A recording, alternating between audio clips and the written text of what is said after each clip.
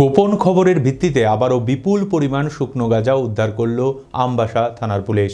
আমবাসা বাজারের town hall এলাকায় একটি দূরপাল্লার ছোট গাড়ি থেকে বিপুল পরিমাণ শুকনো গাঁজা উদ্ধার করে আমবাসা থানার পুলিশ।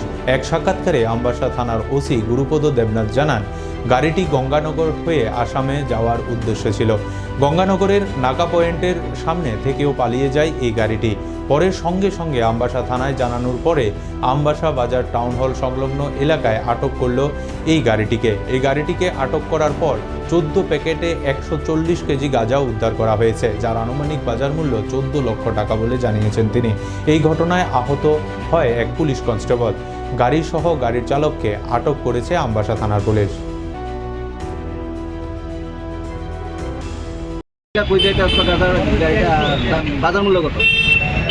আপনারা জানেন, গত 26/7/2024 আমরা একটা অপারেশন করেছি উপনগনাগাতে, এবং আজকে হলো 2/8/2024, মানে এক সপ্তাহের ব্যবধানে আমাদের কাছে একটা স্পেসিফিক ইনফরমেশন ছিল যে একটা ছোট গাড়ি, 4 চাকার গাড়ির নাম্বার ছিল TR01 BS 0411।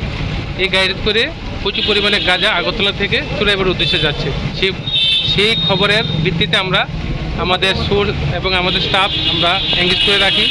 যথারীতি আমরা গাড়িটাকে আমাদের এই পশু চালক সমিতিতে সিঙ্গেলটা পাইলট করে ওরা আমাদের যে আমবাসা রেল স্টেশন থেকে যাচ্ছে, আমরা এই গাড়িটাকে ডিটেন করি এবং গাড়ির যে চালক ছিল তাকে আমরা অ্যারেস্ট করি এবং গাড়িটাকে সার্চ করে আমরা টোটাল 14টা প্যাকেটে 140 কেজি গাঁজা আমরা উদ্ধার করি এবং এগুলি আমরা সিজ করি, এবং তার বিরুদ্ধে এখন আমাদের থানাতে একটা কালোবাজারি মূল্য কত?